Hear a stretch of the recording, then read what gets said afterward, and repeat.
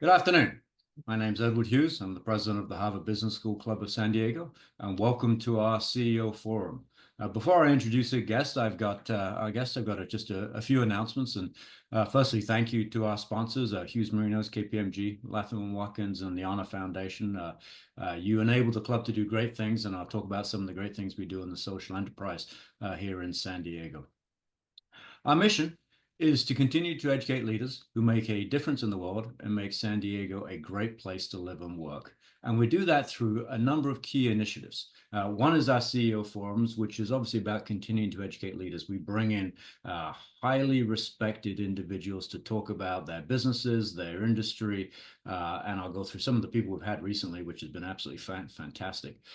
We also do management development programs. We bring a little slice of HBS to San Diego in the form of a for-profit program in the fall, which we're just about to embark upon, and a not-for-profit program in the spring.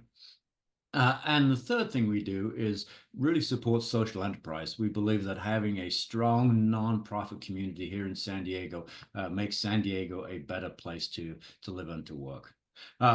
As you can see, our schedule's been pretty busy. Last couple of weeks ago, we had the Chancellor of UC San Diego, Chancellor Kochler, and that was fantastic, learning about what's going on. I know David's going to talk about commercial real estate, and you've seen, if you live in San Diego, massive amounts of construction going on because of UC San Diego.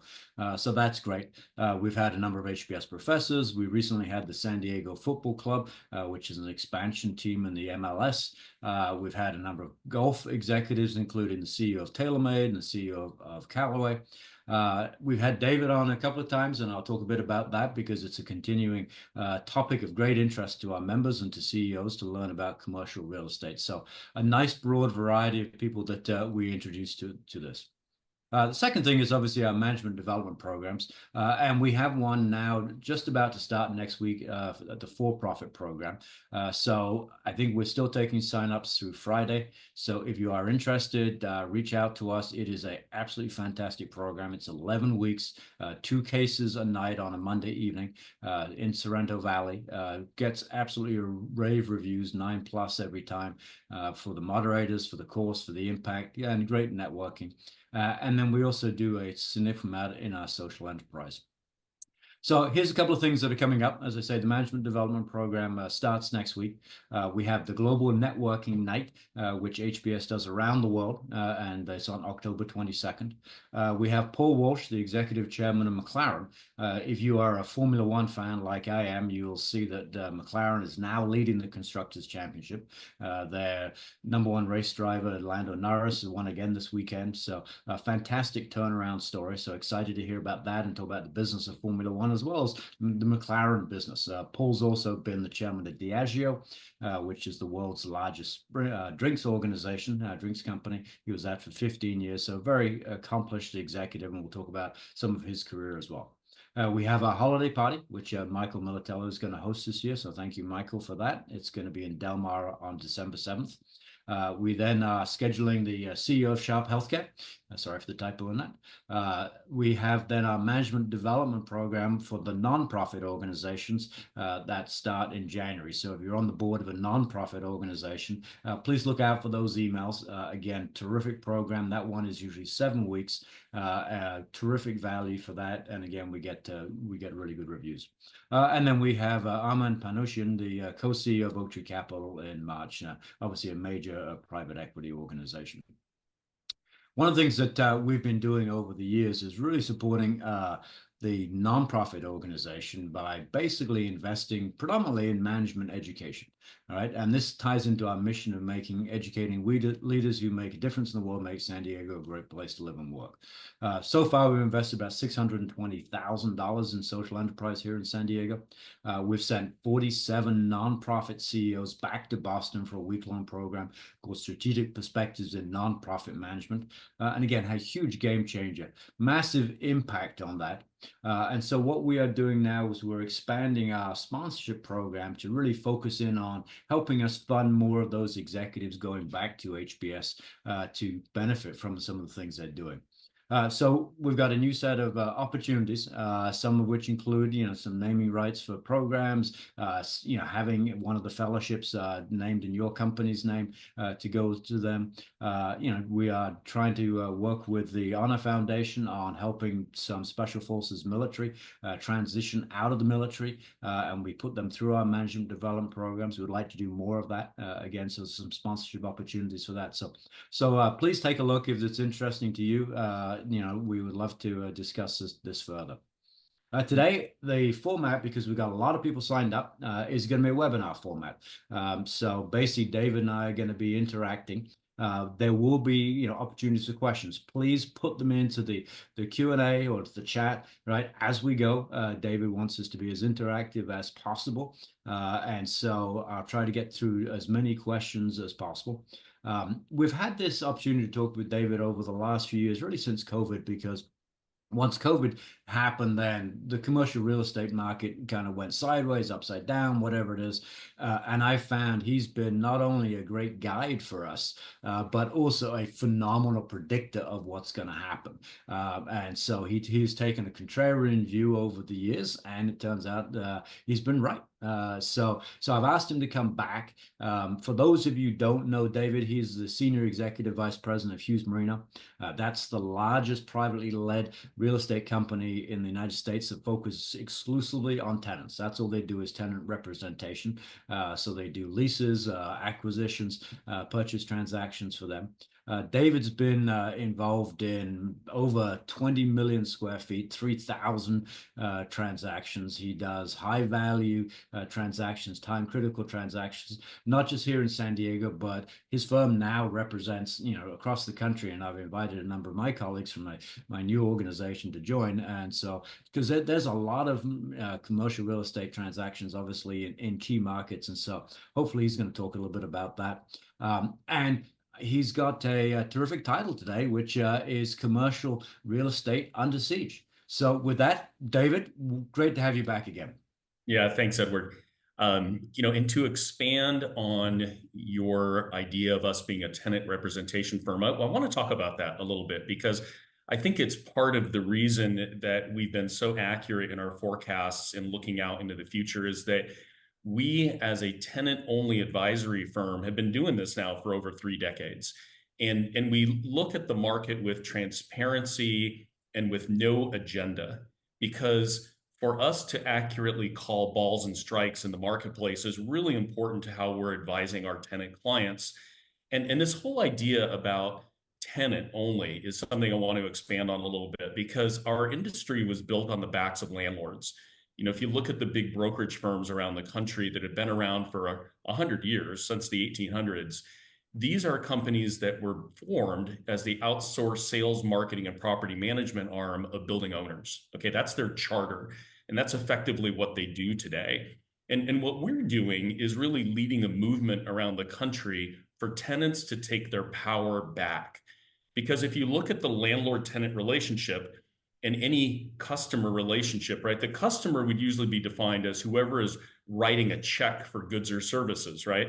Okay, well, in this landlord and tenant relationship, you have a tenant that writes a rent check and a landlord that provides services, okay? But over the last century, this whole industry has become warped where the tenant is effectively outgunned, outnegotiated, and they're the underdog in the entire landlord-tenant relationship. And so we built a company here in San Diego with our founding 30 some years ago to represent tenants. And now we are this vanguard around the country that is leading this movement for industrial, office, and lab research companies to take their power back and level the playing field.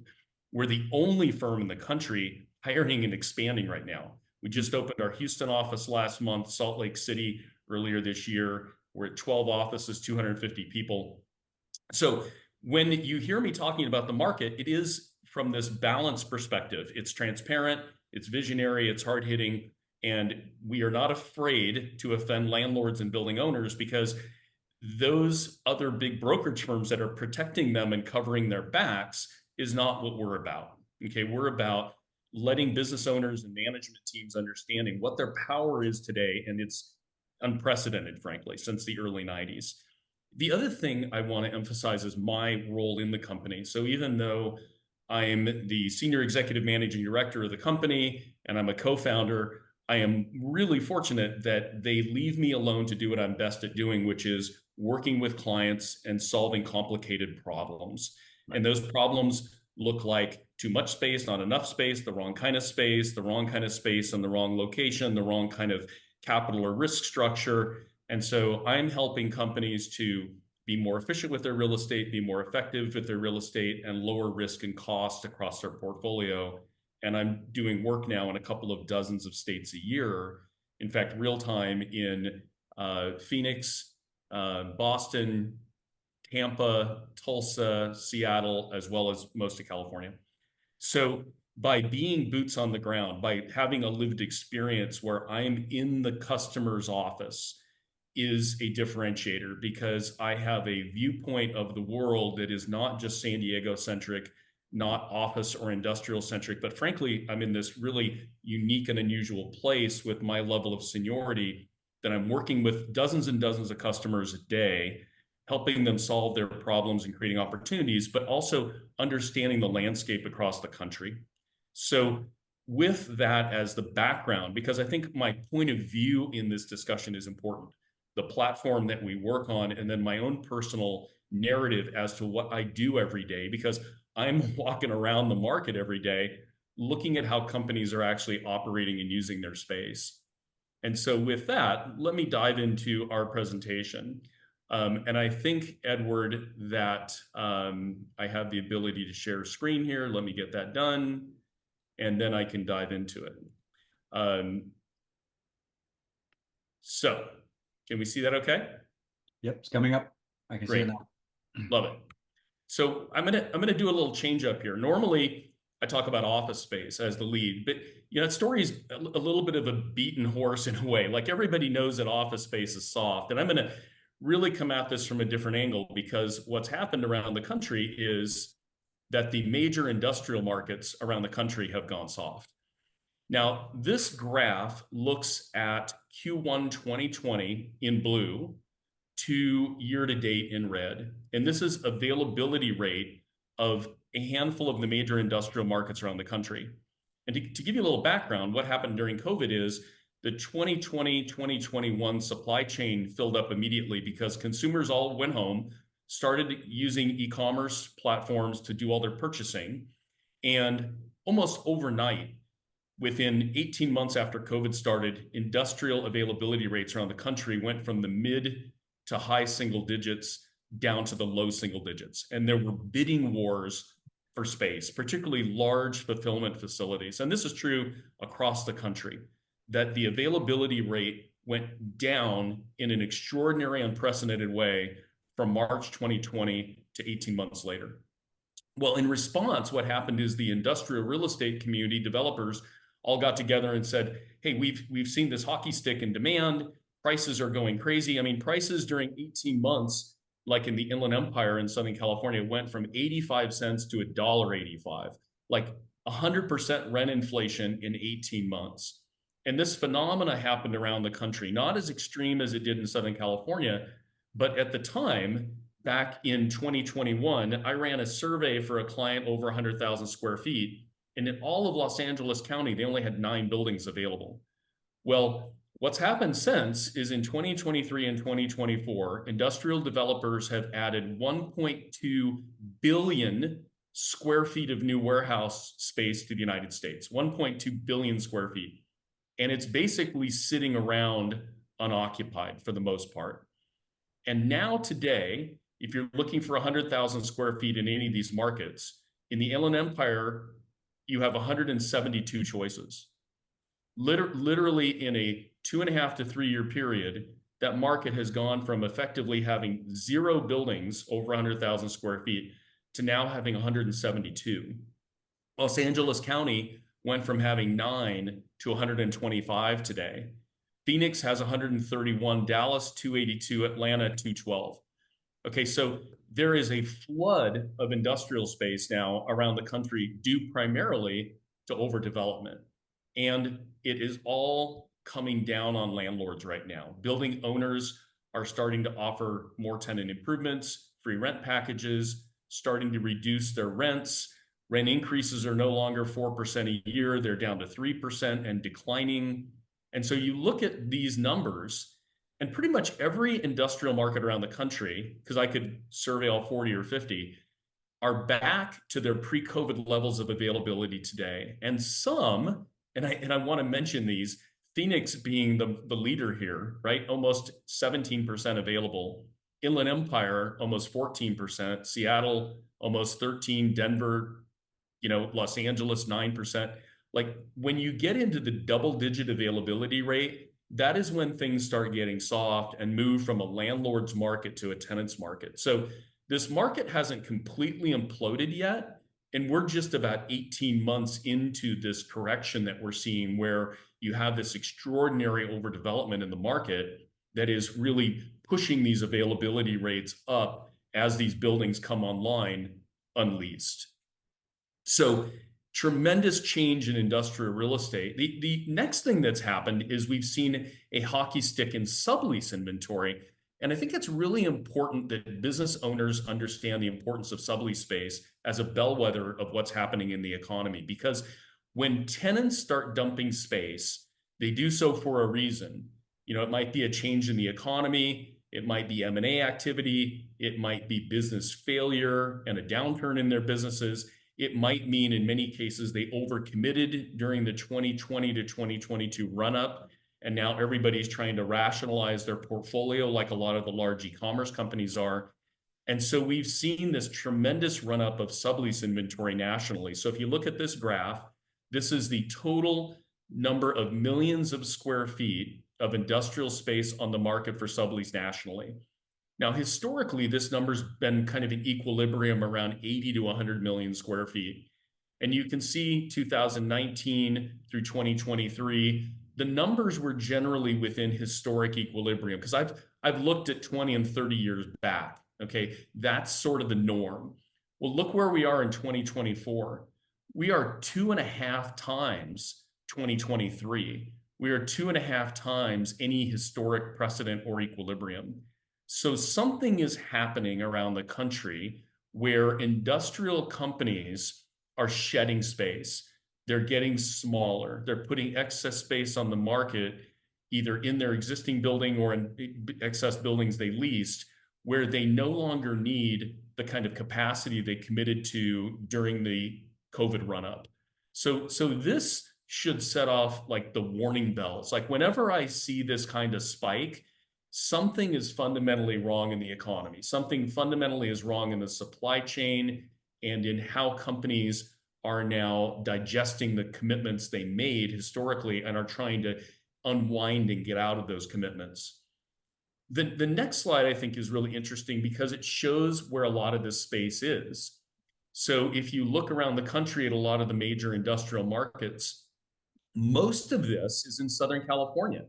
If you look at the Inland Empire, almost 20 million square feet of industrial sublease, Los Angeles, 12 million.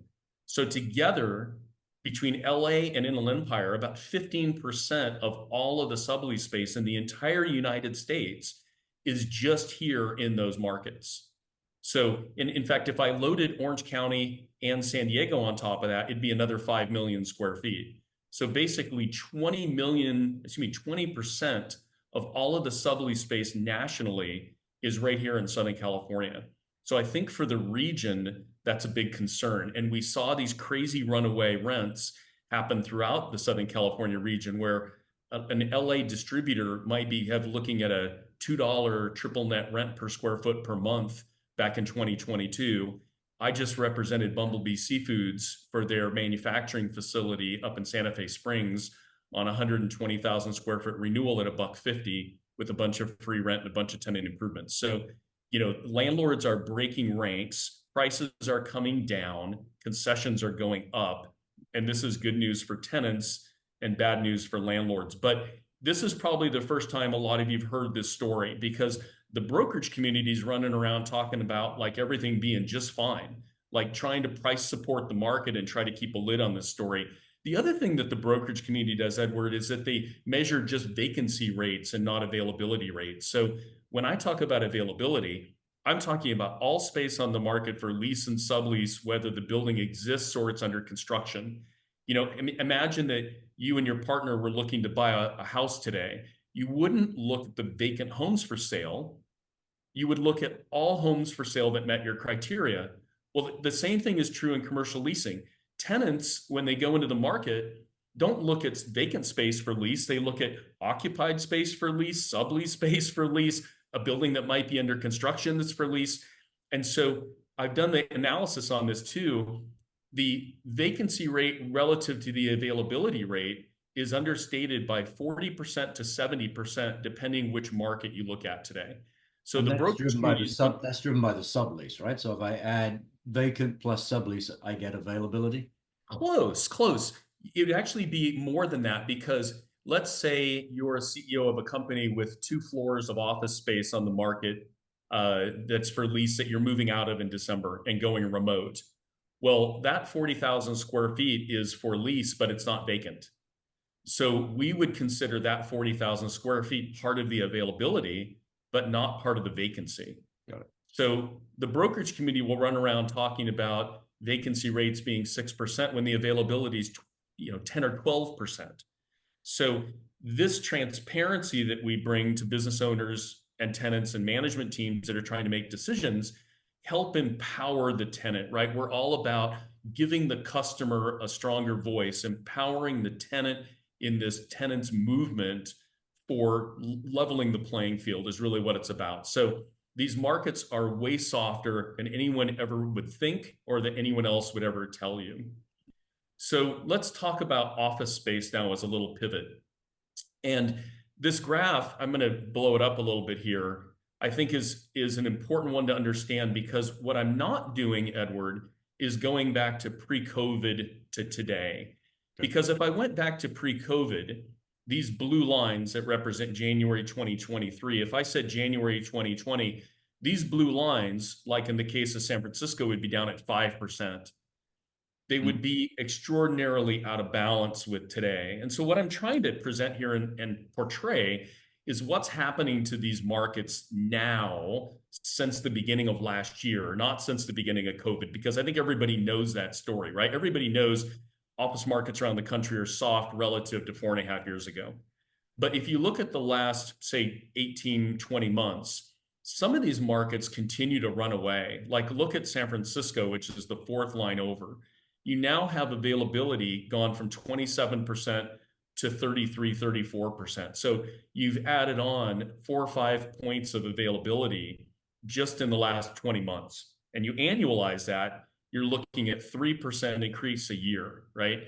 And some of these other markets like Denver, Boston, Washington, D.C., Chicago, and by the way, Washington, D.C. hasn't even had the federal government start leaning down their portfolio, and that's coming pretty soon as well, as they have tens of millions of square feet of leases expiring in the next 3 years. So that market is setting up for a big fall.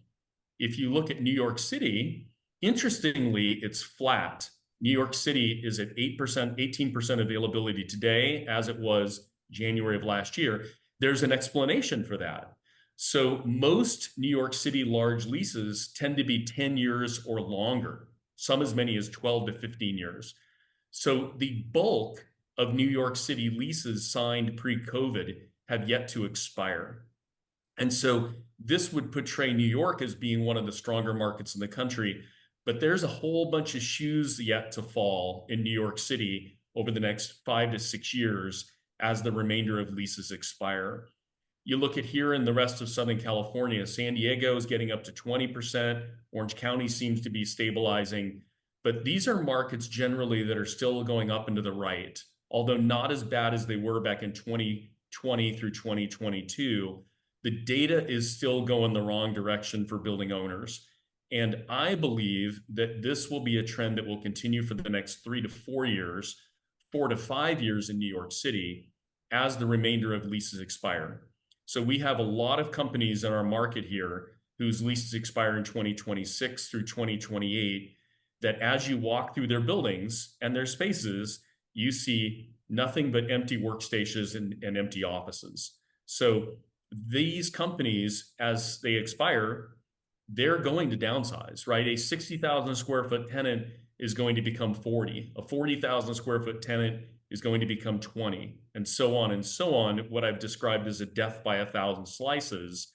These companies in mass will create what's called negative net absorption, which is the effect when more tenants give back space when their lease expires, offset by those that actually lease space in net increase when their lease expires. So it's negative net absorption, which has been happening now for almost 5 years. And I think will continue to, for the most part, for at least another 3 to 4 years around the country. So what's the net effect of this? The net effect is that the office sector is under siege.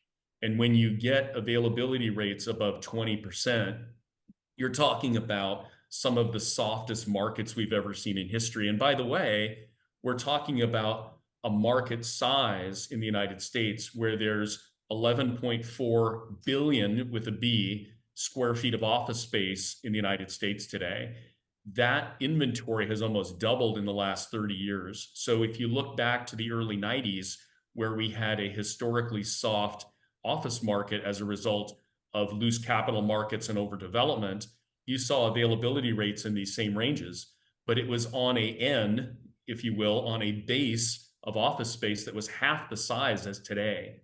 So in real numbers, you have twice as much office space on the market than we've really ever seen in history. There's 1.7 billion with a B square feet of office space available in the US today. So a staggering problem and getting worse by the day, at least in the short to medium term. Let me ask a couple of questions, David, if Yeah. I can. So, you'd mentioned in the industrial space, when you get above that 10% availability, things start to go a little crazy for the landlord and good for the tenant. But then in the office space, you mentioned 20%. So is 20% kind of where, tenants can suddenly see, hey, this is going to start to be really a tenant-rich kind of marketplace in terms of negotiation? Yeah, if you look back historically, Edward, anything below 10% is typically landlord favorable. Between 10 to 15% tends to be an equilibrium, and above 15% and certainly above 20% would be considered to be a tenant favorable market. So all of these markets have moved strongly into the tenant favorable category and will continue to move in that direction for several years to come. I think the problem that landlords have is they'll get stuck there. There's great debate as to whether the CEO of Salesforce and Google are correct that everybody has to get back to the office 5 days a week.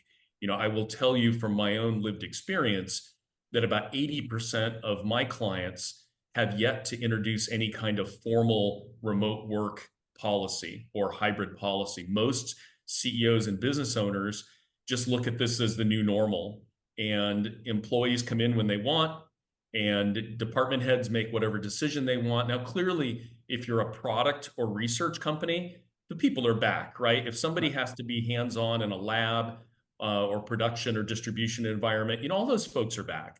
But it's the G&A teams, right? It's the software development teams that really are what we're talking about here. And across industries, tech being one of the strongest remote and hybrid embracers, financial services being less so, legal and accounting being more so, insurance, anybody with a call center being more so. There's a glut of call center space around the country because all those people are now working, at a computer in their living room on a headset and a laptop. So, the world has changed out there, I believe, permanently and structurally in terms of this sort of new bargain that employees and employers have embraced. But there will be some, Goldman Sachs of the world and JP Morgans and others that say, hey, you're either back 5 days a week or get a new job. And whether there's a, recession someday that amplifies that allows the employer to get more powerful in that relationship and more demanding, I think that at the end of the day, most companies who get most of their people back most of the time are going to be rewarded for doing that. And those companies that are full reward or sort of laissez-faire about this are going to find that they were outcompeted over the next 3 to 5 years. I think that is just true.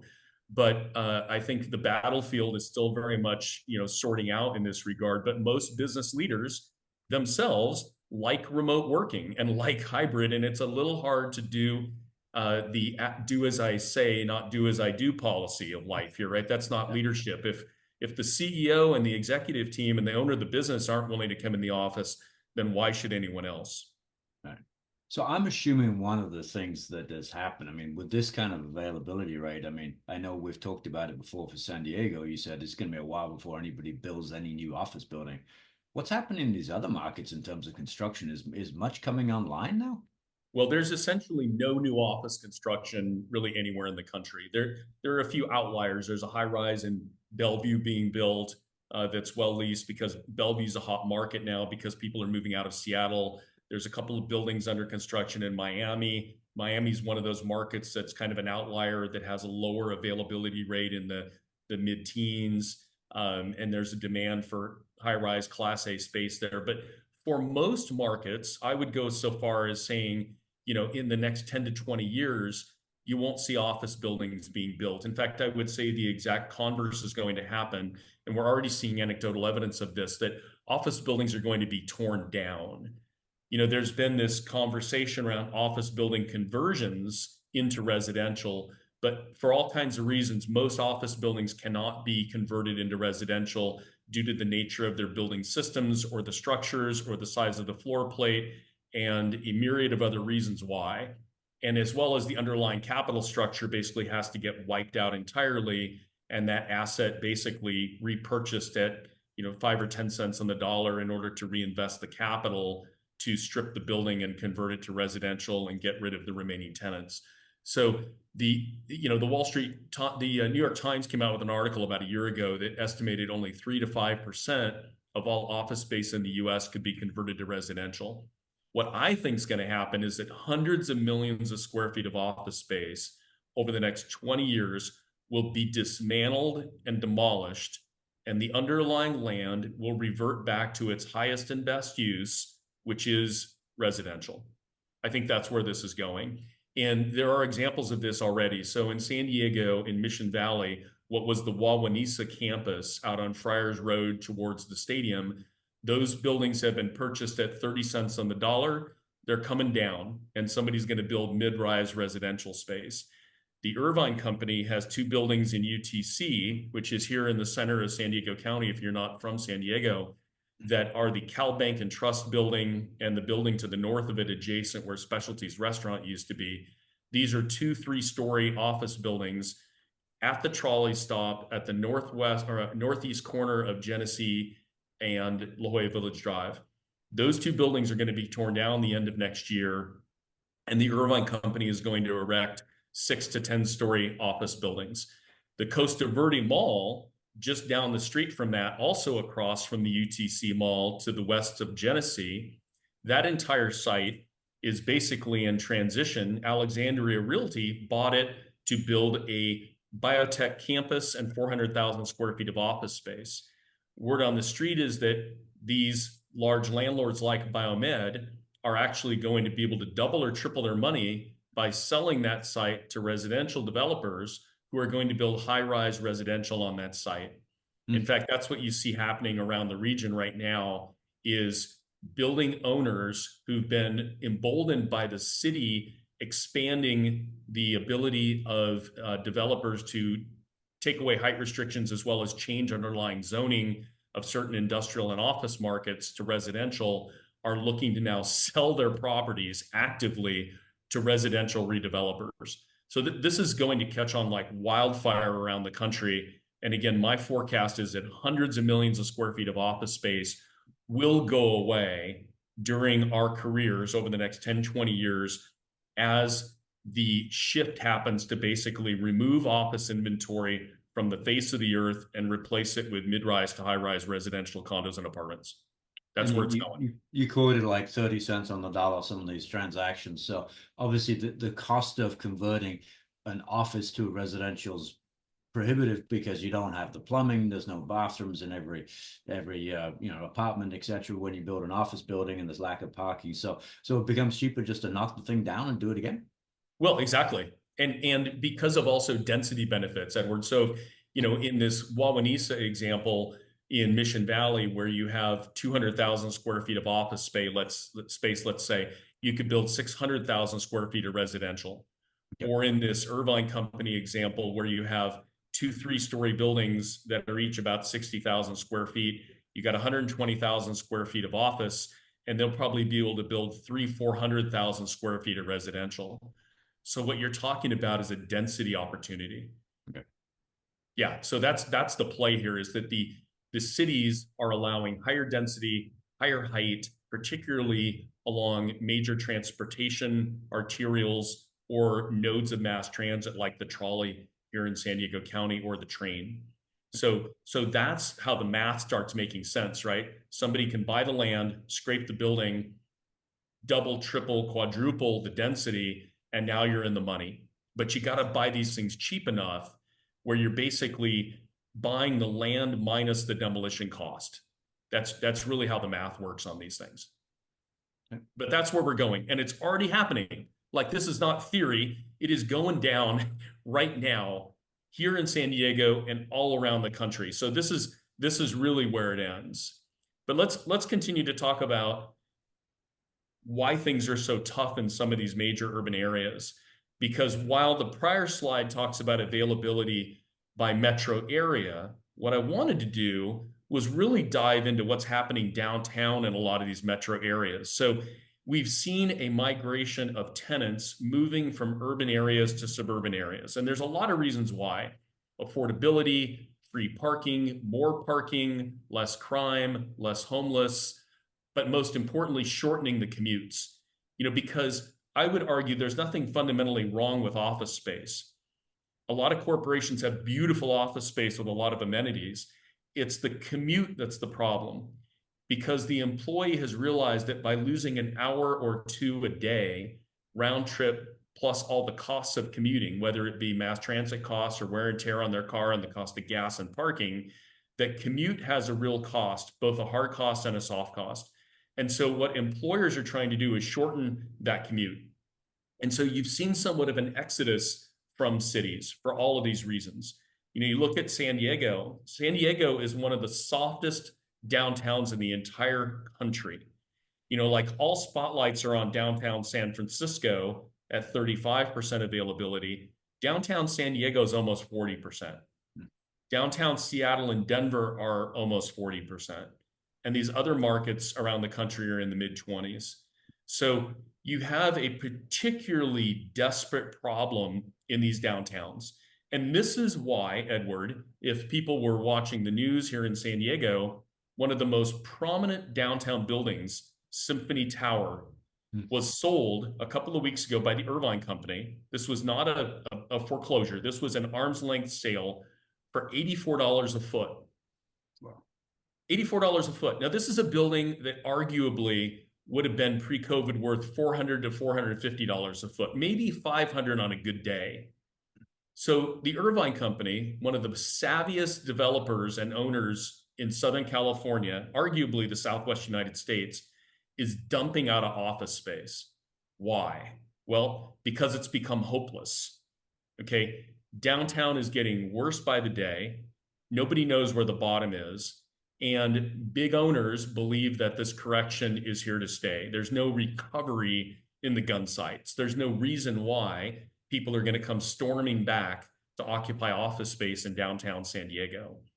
And what's really scary about these numbers is it isn't over yet, right? We still have years of remaining tenants that have leases expiring that have yet to right size. And so, 3-4 years from now, we might do this presentation and these numbers are going to be up another 5, 6, 7, 8 percentage points. So something that's in the mid-20s is going to be in the low to mid-30s. Something that's in the high 30s is going to be in the mid-40s. So these are fatal to the valuation of urban office buildings in the United States. It is like end of days for these folks. And the dominoes are already falling. There have been hundreds and hundreds of foreclosures around the country kept very, very quiet because I always joke around that nobody in my industry benefits from bad news. In other words, if you're selling stocks or bonds and any other commodity, they're short sellers, right? Every day, somebody makes money going short and somebody makes money going long. Well, building owners and their lenders and the pension funds and insurance companies that are invested in this asset class, and all the big brokerage firms like JLL and Cushman and Wakefield and Newmark and Colliers and CBRE that are all hired to protect those groups don't want anyone to know what's really going on. Okay. They do not want the tenant community to be empowered and emboldened to be more aggressive. Okay. And so this is the story we're telling, that if you're a downtown office tenant, pretty much anywhere in the country, like the world is your oyster today. Like you can be unreasonable, you can be aggressive, and you should never talk to your landlord or certainly your landlord's broker about renewing your lease. You should be in play, looking at your options, creating leverage, and building the case for what your market value really is. And that's where tenants really get all this wrong. They think they have a relationship with their landlord, and their landlord's going to cut them some kind of deal. But the landlord is in the business to make a profit and try to pay their investors. Like the landlord has a polar opposite objectives than a tenant should, but people get lured into this sense of safety and relationship and this imbalance of power. And this is where I said at the beginning, we are trying to be the vanguards of helping tenants take their power back. Can you give a, maybe you'll come to last time we spoke, you gave an example about it. I think it was Wisconsin, where somebody had a list price and you just went in at whatever, a third of that or something, and you end up getting a deal. What kind of things are you offering now in those downtown office markets versus what they're asking for? Well, here's what's crazy, Edward. If you look at these same downtown markets, people's asking rents on average are effectively unchanged.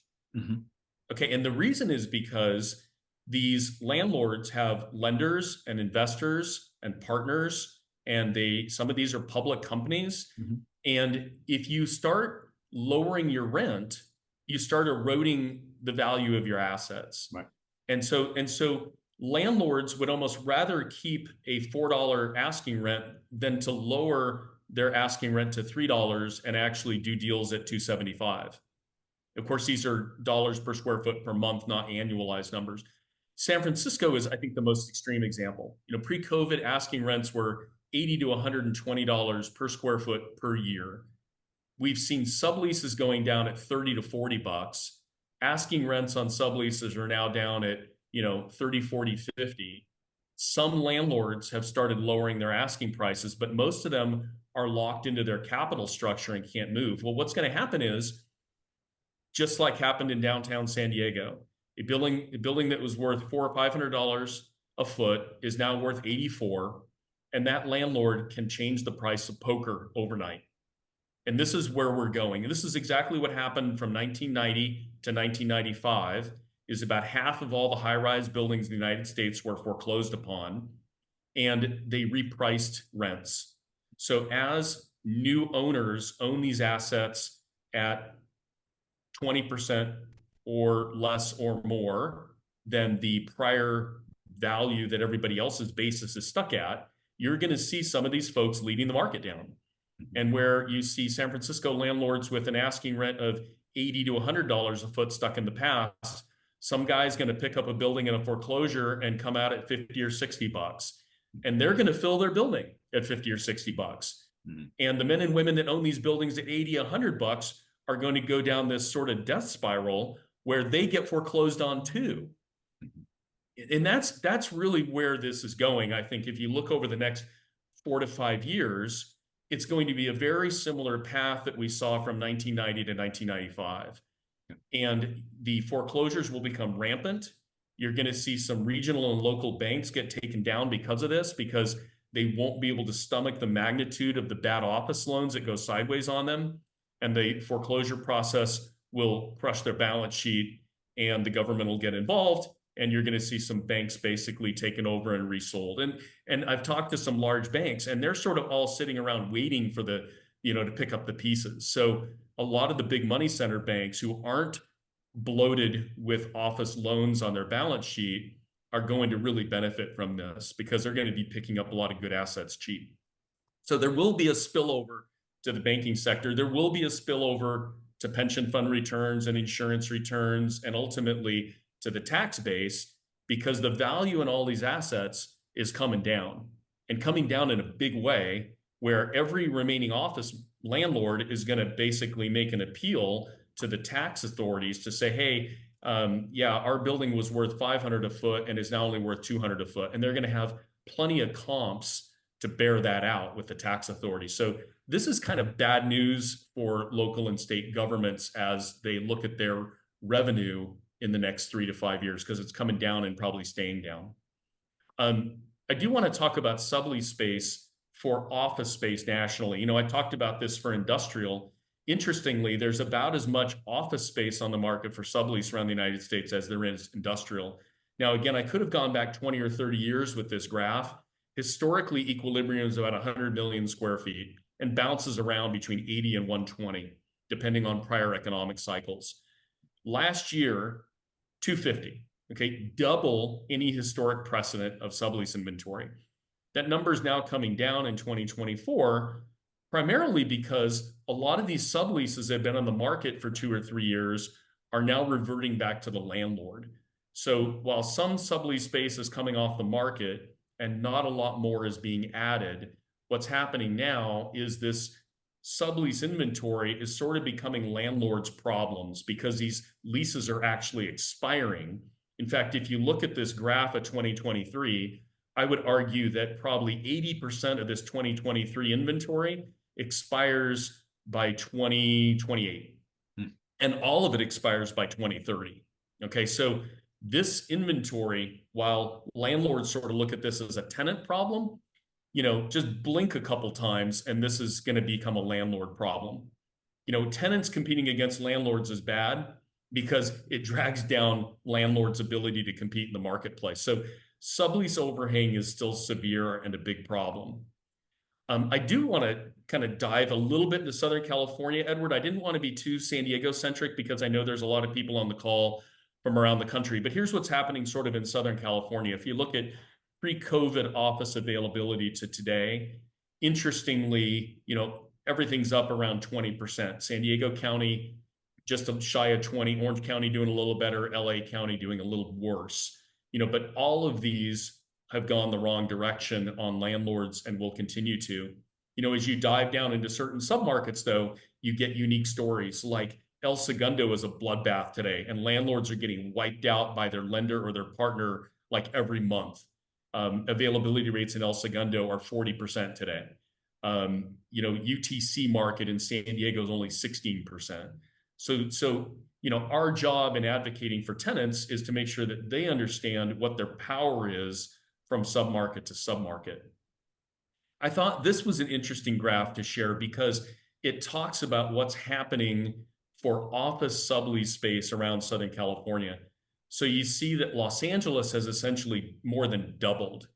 Pre-COVID, 5 million square feet. And you could argue that that's sort of a normal for the LA region, given that office market is hundreds of millions of square feet. There's always going to be companies downsizing or M&A activity, but it's 2.5x what it was pre-COVID. Orange County and San Diego, not so bad. While the numbers are up, they're not severely up. So Orange County and San Diego have been surviving better, where companies have been more likely to retain their space than we are seeing in other major markets like Los Angeles. I think the story is really interesting for industrial, though, as we look around Southern California. The gray line is basically the Inland Empire, Riverside and San Bernardino, 20 million square feet, as I talked about earlier. Pretty much all of that is industrial fulfillment, 3PL, e-commerce, warehouse space. If you look at LA, this is industrial that is, again, excess capacity that was leased back in 2020 through 2022. You look at Orange County industrial, fairly flat over COVID, but San Diego has spiked from 2 million to almost 5 million. Now, this is industrial and what I call flex. And so what's happened is you have a surging of industrial sublease space at just about 3.5 million square feet in San Diego, which is unprecedented given the size of our market. But you've got another 1.5 million square feet of wet lab in that number. So we are the only biotech market in Southern California. We're the third largest in the country behind the San Francisco Bay Area and Boston. And that's where San Diego is getting crushed right now, is the wet lab supply has hockey stick because of overdevelopment. We've had about 5 million square feet built in San Diego, of which only half is leased. Boston has 13 million square feet under construction, virtually none of it leased. San Francisco has about 12 million square feet under construction and essentially none of it leased. And so the bigger they are, the harder they fall. Well, San Francisco and Boston are teed up for a financial disaster around biotech wet lab research facilities. San Diego as well, but not as bad as those other two big markets. We're doing a little better, but we're still doing badly. So San Diego life science is really deteriorating right now. Rents, deals that were being done just 2 years ago in the $6 to $6.50 range. So that's net rent per square foot per month, $6 to $6.50, are $4.50 today. So landlords have lost 20 to 30% of their pricing power just on their face rate in the last 2.5 years. And we're now seeing at least a month free per year of term and whatever TI allowance you need. So for life science business owners and executive teams, it's a great time to be a tenant pretty much anywhere in the country. So let me kind of hit with the punchline here. This is a tenant's market for many years to come. And here are my both short and long range forecasts. Rents will be trending down for the next 3 to 5 years. And I don't expect any kind of recovery anytime soon thereafter. Concessions have been exploding and will only increase. So, we're typically getting a month free on any lease per year of term, any new lease. We're also negotiating free rent on lease renewals. And this is where tenants really screw it up. They go into their landlord, often baited by the landlord's broker a year and a half before the expiration. And the landlord says, hey, if you add another 5 years to your lease, I'll recarpet your space and repaint and give you 3 months of free rent. And the tenant kind of nods their head and says, gosh, that feels like a pretty good deal. But the rental rate keeps going up. Well, you need to reset the rent, reset the base year, and get proper concessions. I mean, I'm getting 20, 30 bucks a foot on renewals for tenant improvement allowances, of which I can apply half of that money as a rent offset. I'm getting a month free per year of term. So tenants are leaving 10, 20% of the concessions on the table by using the do-it-yourself model. I'm going to save the brokerage fee idea, and they're totally screwing it up. Value subleases will continue for another 2 or 3 years until this inventory bleeds off, as I talked about before. What's really compelling, Edward, is that pre-COVID, tenants typically had to sign leases of at least 5 years, sometimes 7 to 10 years. But the length of term, having flexibility to do a 2 to 5 year deal, is very favorable to business owners and tenants because you shorten the length of your obligation, it reduces your risk, it gives you more flexibility to grow or shrink down the road. It also reduces the balance sheet obligation of your lease liabilities that you have to report, particularly if you're a public company. So this is great news for tenants that's here today.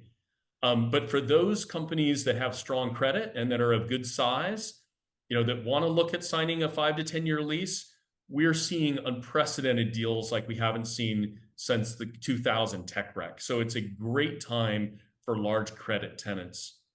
And for those tenants that don't quite have institutional credit, the thresholds for younger companies, pre-revenue companies, companies with weak balance sheets or restarts, there's a very low credit threshold today on tenants, which our tenants really appreciate, that they're not having to have 6 or 12 months worth of rent tied up in a deposit or some kind of letter of credit. And the real final domino here is that there will be a buying opportunity in the next 2-3 years as valuations come down for those companies or business owners that decide they want to own their own real estate versus leasing. There will be a buying opportunity. Interest rates are still high and the value of the asset class is still being distorted, but that supply demand dynamic is going to change, and it's going to take 2 to 3 years to get there. So great news, for you as a business owner, as a CEO, as a management team member, anybody who's writing a rent check and signing a lease. I've been doing this for 35 years, Edward, and I've got the gray hair to prove it. But the next 5 to 10 years, I think, are going to be a real movement for tenants that we are excited to lead as they look for value and opportunities around the U.S. markets, whether it be office, lab, or industrial. So I've got a couple of questions that have come in, but so how about timing wise, if you are a tenant, and let's say you're in year three of a 5 year lease, should you be trying to negotiate now? Should you be waiting for the situation to get more favorable and worse for the landlord? What's your kind of sense on that? Yeah, well, sometimes tenants are too early to the market. And with the market trending down, you don't want to rush into the market. You don't want to be premature into this process. And so I'm trying to coach tenants to be patient, right? Okay. If your lease expires the end of 2025, wait until Q1 of next year so we can what I call play the move card. Okay. Because landlords are going to be much more motivated when I'm out actually touring the tenant through their relocation options than they will September of this year or October of this year, right? So you really want to be on a relocation critical path. Now, that doesn't mean I can't negotiate great deals a year and a half or even two in advance because we can, because we move companies for a living. This is what we do. Right. Okay. So I always remind landlords that, okay, if you don't give me what I need now for my client, I'm going to go find it in March. Okay. And now my client's packing their bags and 1 foot out the door. So we can do tomorrow's deal today if you're willing to sharpen your pencil and get aggressive and give me what I need for my client. And if they're not, I'm just going to kick the can and wait 4 to 6 months and get into the market with these folks. And it's going to be a whole new ballgame. Okay, so I don't want to say we can't negotiate great deals with tenants that have 2025 and 2026 expirations because we're doing that right now. But a tenant can't do it on their own. Right. Okay, a tenant writes a rent check and is captive. So if you call your landlord or the landlord's broker and say, "Hey, I want to renew my lease," well, your negotiation just ended. Okay, your leverage just went out the window because they know you're not represented, you're at an information deficit, and you have no leverage. So it's sort of a fool's errand. It's sort of this, hey, I'm going to save the commission and represent myself and go negotiate with the landlord. Good luck. That is the ultimate pro-am competition. That's like golfing against Tiger Woods. It doesn't end well for you. Okay. How about the guys that thinking about buying that building? Interest rates are still pretty high. Obviously, the Fed started to make a half point cut. They get projections for next year. Should they be thinking about buying it now because interest rates are high and valuations will be down a little bit? I mean, what are you thinking about that? Yeah, so valuations haven't adjusted fast enough Okay. in response to interest rates basically doubling in the last couple of years. So, values are down 10, 20%, in terms of transactions that have traded to owner users. But the market value of these assets is all going down, as I've described for the last almost hour, right? This is an asset class that's in deterioration real time, but lenders and owners aren't willing to break ranks. They're not willing to meet the market today on their sales price. And so people need to really be patient. It's going to take another 2 to 3 years for values to get really where they are. I mean, values trail lease rates. If lease rates are collapsing, values are going to trail that. And they're not there yet, but they will be. Okay. And Edward, you can't really time the market. I mean, I am giving you a framework to start to time the market, right? But you wouldn't sign a 2 year lease renewal or a 2 year new lease because you felt the market was going to be just softer in 2 years. Yes, it's going to be, but I think you should be matching your business strategy with your lease term. If you're a company that's been operating for 10 or 20 years, yeah, you might be the kind of profile tenant that can sign a 5, 7, or 10-year lease. But if you've been operating for less than 5 years, you've got no business signing a 7 or 10-year lease. That doesn't make any sense at all. But companies do it all the time. And guess why? Because it's good for the landlord and it's certainly good for the brokers. So as a tenant advocate, we're out there saying, no, be reasonable about the length of term you're willing to commit for. Don't be induced by a couple more months of free rent to do a 6-year lease instead of a 3-year lease, because that 6-year lease is a drag on your balance sheet and could be a gross overcommitment just when you need flexibility. Okay. And final question, we're just about up in time. Someone's curious, how does Hughes Marino get compensated for the work that you do? So please explain that to them because it's, you're not a consulting firm or anything like that. Yeah, no, great question. I use a comparison as a insurance firm, an insurance services firm. So whether it be Lockton or Marsh Insurance or any of the other insurance brokerage firms, they represent the owner of the business and the executive team and the board but they're paid commissions through a transaction that they create by placing the insurance each year. We are really similar to that. We're not like an accounting firm or a law firm where we have an engagement letter with a retainer and an hourly fee and all of these handcuffs on our clients.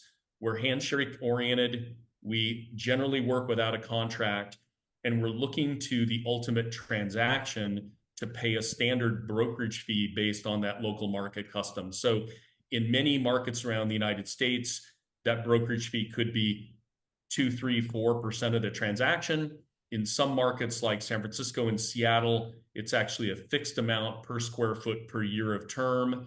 So unlike residential real estate, where the residential real estate industry is under siege because of basically price fixing commissions, that has not happened in commercial real estate because fees in Minneapolis are different than they are in Miami and San Diego, and it's market driven.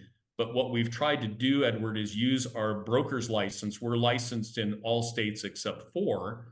We use our broker's license around the country in order to extract real estate commissions that would be paid anyway as part of transaction fees by a landlord. But what we're doing is we're actually giving value and service for it.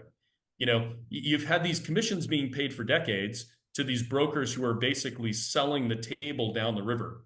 You know, they're getting tenants into more space than they should lease for longer leases than they should sign at less concessions and higher rents than they should be paying. Yeah. And we're out there as part of this tenants movement to make sure that the playing field's leveled, that the tenant as customer comes first, and we're fighting for the little guy. Yep. And I know you've done it for me, and yep, the landlord ends up paying the fee, which is fantastic. So with that, David, we're right on time. So thank you very much. Appreciate all the insights as always. And for everyone who joined us today, thank you for joining us. Hopefully you'll listen into our next one with Paul Walsh from McLaren. Okay. Thank you very See you much. next year. Thank you, Edward. Thanks, David. Take care. Bye.